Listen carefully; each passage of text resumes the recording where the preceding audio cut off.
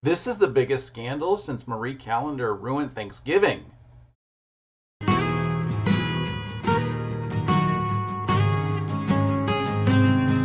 And they can't seem to understand what they did wrong here. Hi, and welcome to Quilt Meets World, where we have adventures in piecing and joy. I'm Russ. Come on into my sewing room. Thursday was Pie Day for all of us nerds out there. And it's been a tradition that Publix tends to offer their small pies for $3.14. What an interesting number. Yes, I know Tao is better, but let's ignore that for a second and focus on pie. Uh, with the pies being $3.14, I make it a tradition to go to Publix to purchase said pies for consumption because, well, pie is delicious. I took a special trip to Publix after work, and when I got in, I saw over in the corner that their apple pies were on sale for $3.14. And I was like, yes, they're continuing the tradition. I get over to the cooler section where they have their key lime pies, and they were on price for $5. I was kind of disappointed because, well, pie, they're all pie. And also, I don't like cooked fruits. So, the apple pies are disgusting to me. No offense to everybody who loves apple pie. I think it's gross. That's more for you. Uh, and like I said, every year I've gone there to purchase a key lime pie from them. 2 pie radians for pie dollars. To make it more interesting, when I got back into my car where I was thinking about filing a complaint, I pulled up their social media, and there's a big giant piece or big giant key lime pie where they're saying, Happy Pie Day. And I was like, but the key lime pie is not on sale. So that made me really sad. So I made a little bit of a stink on it on all their social media pages. All I got was, we'll share the feedback to the store, but seriously, Publix, you need to do better. I mean, the last time a pie had a scandal, it was when Marie Callender ruined Thanksgiving. And if you haven't seen that, you need to go search it. It's hysterical. In the end, though, I still wanted pie for Pie Day, so I bought the key lime pie for, the $5. It was delicious, but it would have been a little bit better if it was $1.86 cheaper. In other news, we need to have a little bit of a talk. Gonna get a little bit serious, but let me fix this real quick. Okay, that's a little bit better.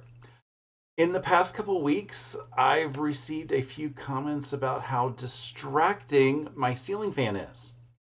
I don't get it, but it is a little flattering that my content is so awesome that apparently to nitpick, you have to go up to the ceiling fan.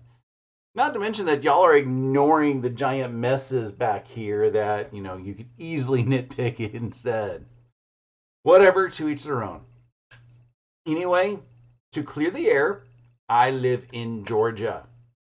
I'm in an older house with a little bit of an airflow issue. And this is a smaller room that doesn't tend to stay comfortable all the time. So the fan needs to be on.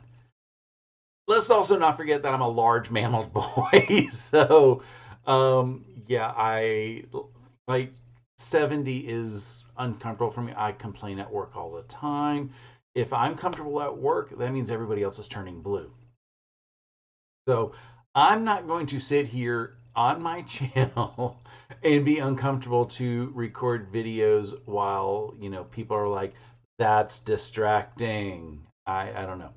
To quote my friend Steven, my playground, my rules. One thing I can suggest for anybody who is offended by the fan is there are a couple options. If you're watching on your computer, you can just scroll up just a little bit to move the fan off screen. Bonus points, it gets you a little closer to the comments that if you want to make other comments, it's quick and easy and convenient. If you're watching on your phone or tablet, buy some sticky notepads and censor it yourself.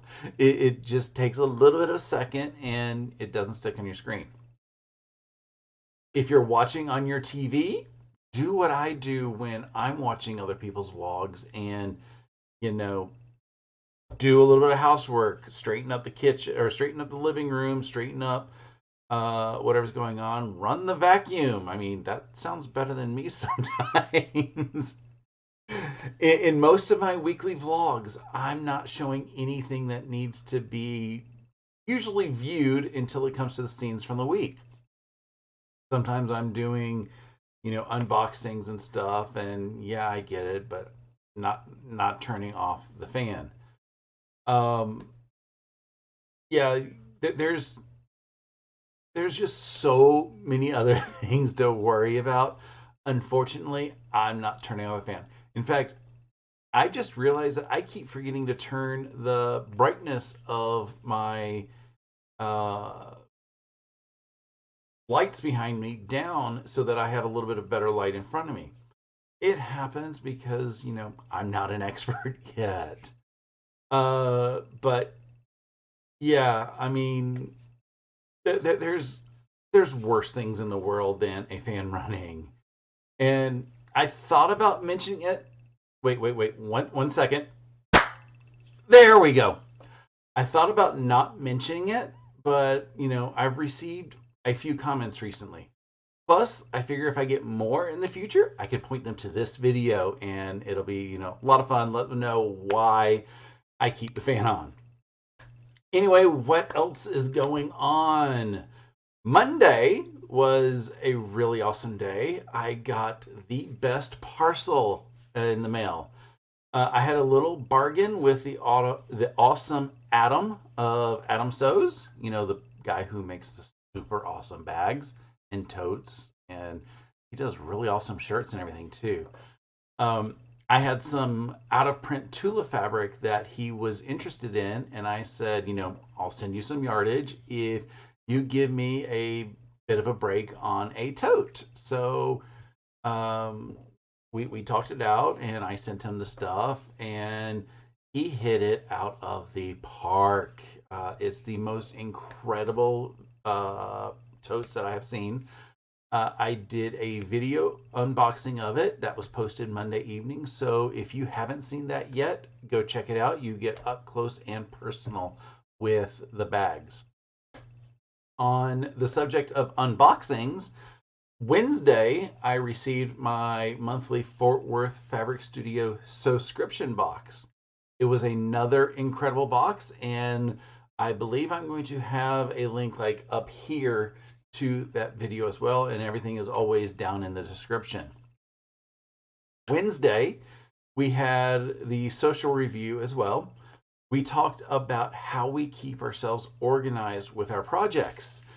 I was very concerned about the topic for a little bit because I'm like, is that going to be an interesting topic? Are people going to stay engaged? What's going to happen? But everybody loved the topic. It was a little disorganized on getting everything together because, I like disorganized chaos. It's fun. But, everybody loved the topic. We kind of enabled a few people, including me, to get some of our stuff that we use to do organization. So yeah, I got stuff in my Amazon cart. Hasn't been purchased yet, but it will be soon. Again, links for that is in the description. Friday, a group of us did a private Zoom for Tree of Life. We are doing Carnival on uh, Stephanie's channel. Yeah, Stephanie's channel during the week, but or once a month. But Tree of Life is a private Zoom. You can email Stephanie, Shannon, Ingrid for the link if you are interested in joining us to sew up with it. It does not go out to YouTube, but I did get to work on both of the Tree of Life Clue 2s that I'm working on. I have them right here. The first one is Radiance. Still haven't fixed the color balance in my camera. This is the one that I am doing for myself. And then this one is Purple Mist, which I don't know why certain colors just don't like it. I will get a better picture in the scenes from the week so that you can have a better color balanced version of that. Uh, During the So Day yesterday, Stephen So Day, kind of was brought up that the block may look a little inappropriate. I don't see it. Yeah, that's it. Saturday morning, that started with Saturday Sampler at my local quilt shop.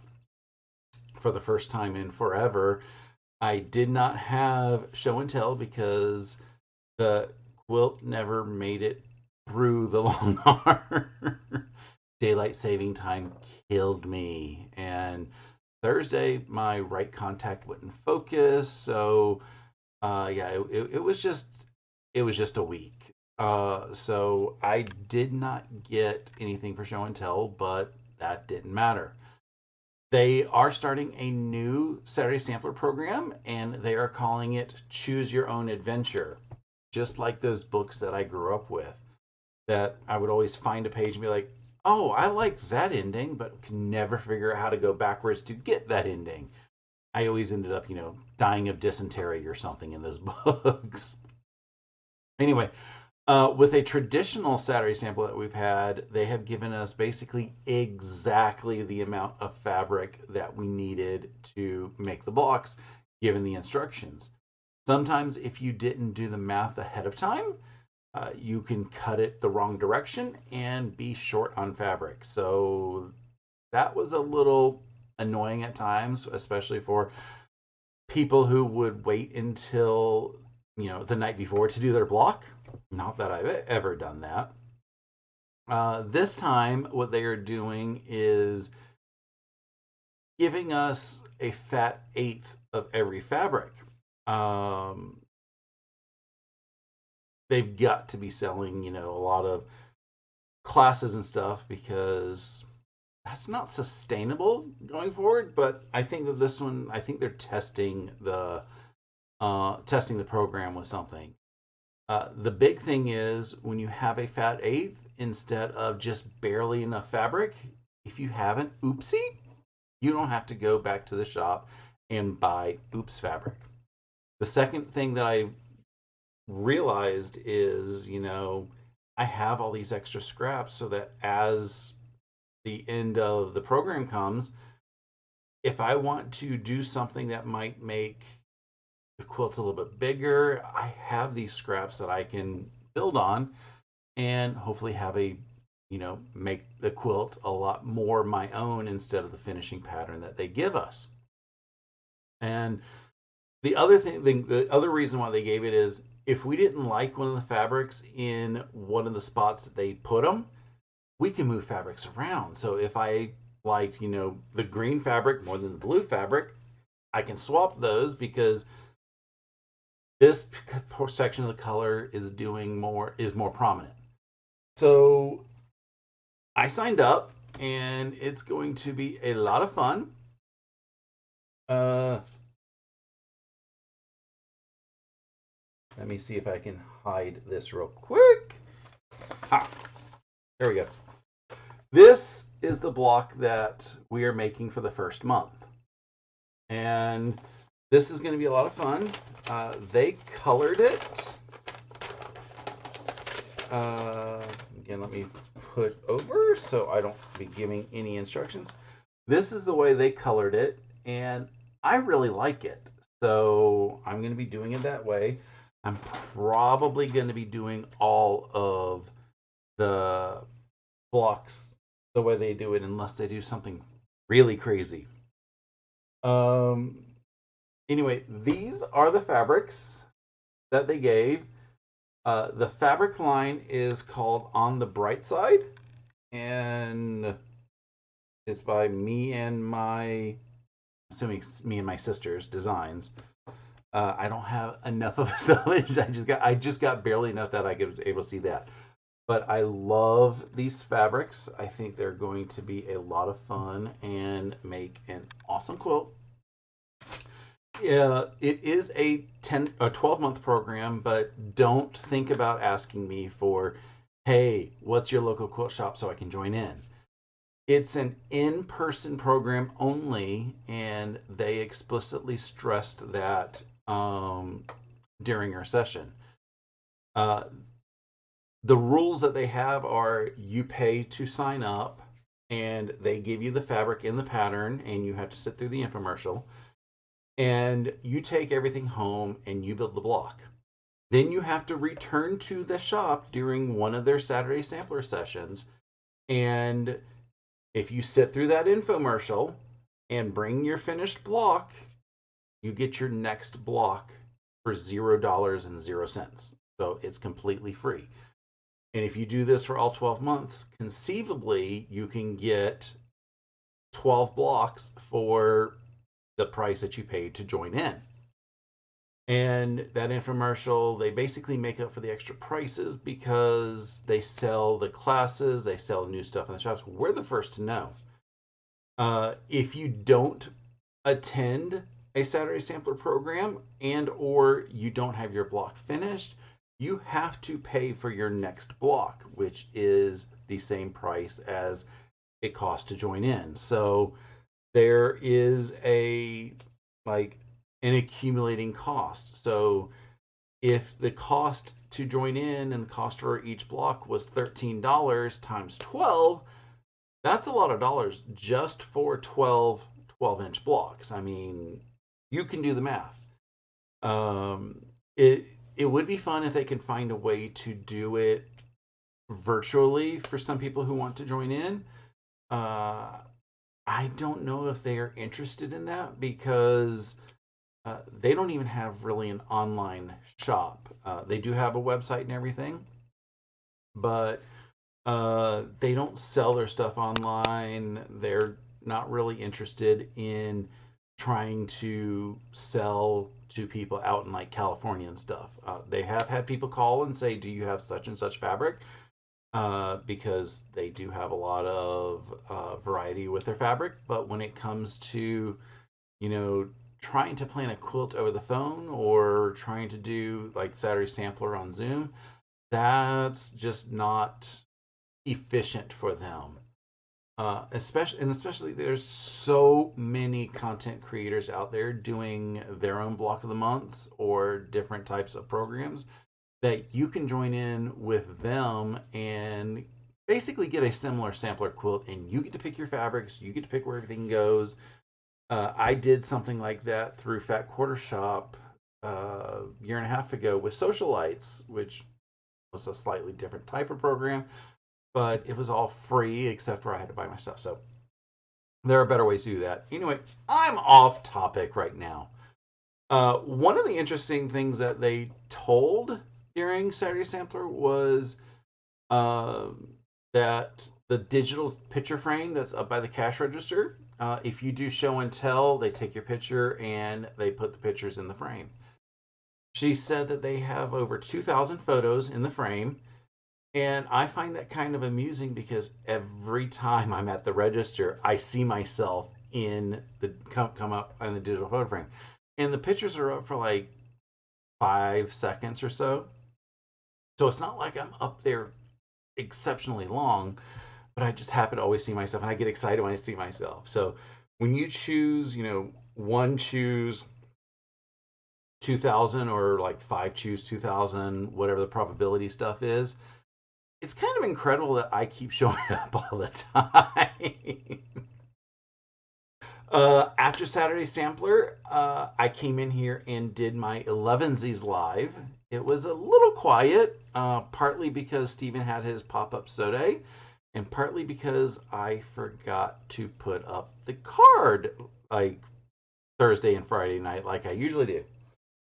During that and during Steven's pop-up so day later, I got more of my half square triangles done. I have all of the half square triangles for the bottom third all pieced. So these are the oranges that go together. Uh, just sharing the colors real quick. These are the yellows that go together. Uh, these are the blues that go together. And finally, these are the greens that go together. So my plan this week is hopefully start trimming these down, getting them put together, and um, have like the bottom third of the quilt done. I'm sorry, bottom 2/3 of the quilt done. Uh, the top third is going to take a little bit more math on my part because I got to figure out exactly, how many of which half square triangles I have to put together. And some of them are I just need one half square triangle, even though it still makes two. But I will get those figured out and start mathing those out. So next week we can start putting some good progress to this. So that's what I did after the Alive. I was on that with Stevens. There was a lot of fun conversation, and they did an interesting experiment. But they did um,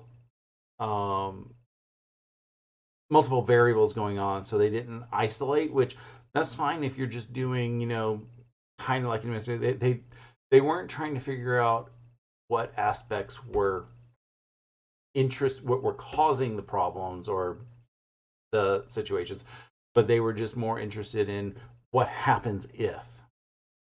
So I'm fine with them not changing many variables with that. It has made me think, should I do an experiment like that and do a lot more controlled variables? But I don't know if I have time for that. uh, Near the end of Steven's pop-up so day, my computer was going wonky, and I was about to do a reboot, and the oddest thing happened. I got a text from a friend of mine. She said that she was running the East Cobb Quilt Guild raffle tickets at the local library that's right around the corner from me. And she said that somebody wanted to know some information about Stephanie's retreat. And I was a little bit confused because how does random stranger know that my friend knows me? So I was like, do I need to come visit, talk to you? Because, I completely forgot that they were having a little quilt show at the library. So I took the 5-minute drive to go see them, and I met this lady, and I said, okay, how do you know she knows me? And apparently the whole story was, the lady came and she was looking at the quilts and participating in some of the events that they had going on. And she was talking to my friend, and I forget what they were talking about, but she just pulls out her phone and starts showing some of the YouTube content creators that she watches. And my friend goes, "That's Russ. I know him." So that ended up coming to the thing. Well, if you know him, can you ask him this? Which it's still weird that people are starting to recognize me. I know I have like 1,100 subscribers, but I really only expect my family to even recognize me.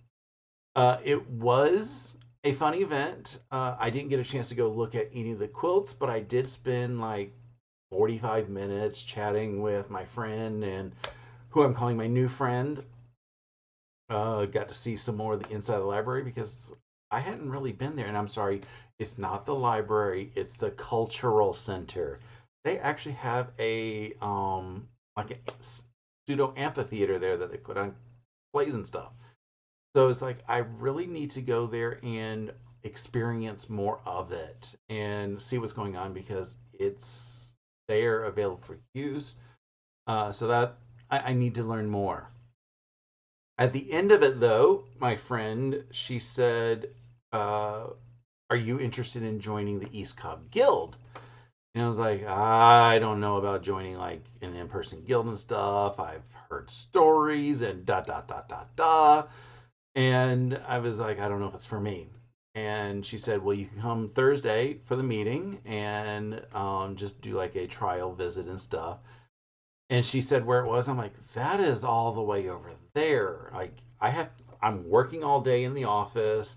I have to come home, get Riley settled, get some food in me, and then drive you know, like a half hour drive at 5, 6 o'clock at night in order to get there. I'm like, it's so far that I didn't even want to go that far for Pokemon Go. It was like just outside of my Pokemon Go range. So I haven't decided if I want to attend any of that yet. But they also are trying to con me into entering a show in the East Cobb Quilt Show, which is in the beginning of June.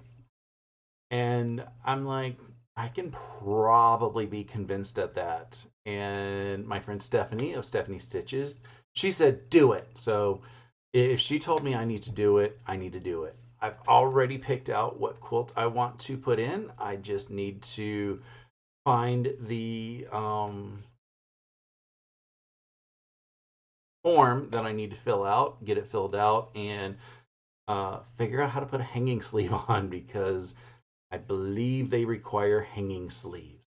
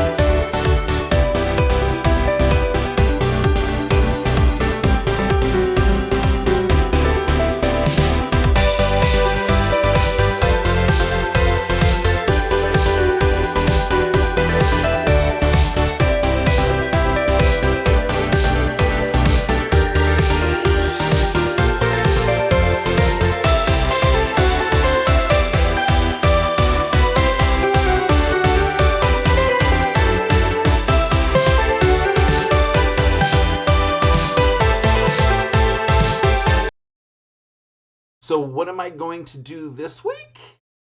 I'm not certain yet. I haven't even realized what's going on at work yet. We are in that weird phase of the project where nobody knows what's happening, yet everything has to happen all at once. So, you're not certain about work, but either way, getting the quilt that's already on the long arm quilted is a priority. I don't like to keep it on the frame too long because, it starts to say, okay, I'm tired of being here. I'm just going to lay. Um, but that also gives me that whole opportunity to do a second quilt on the long arm to make up for missing for show and tell this week.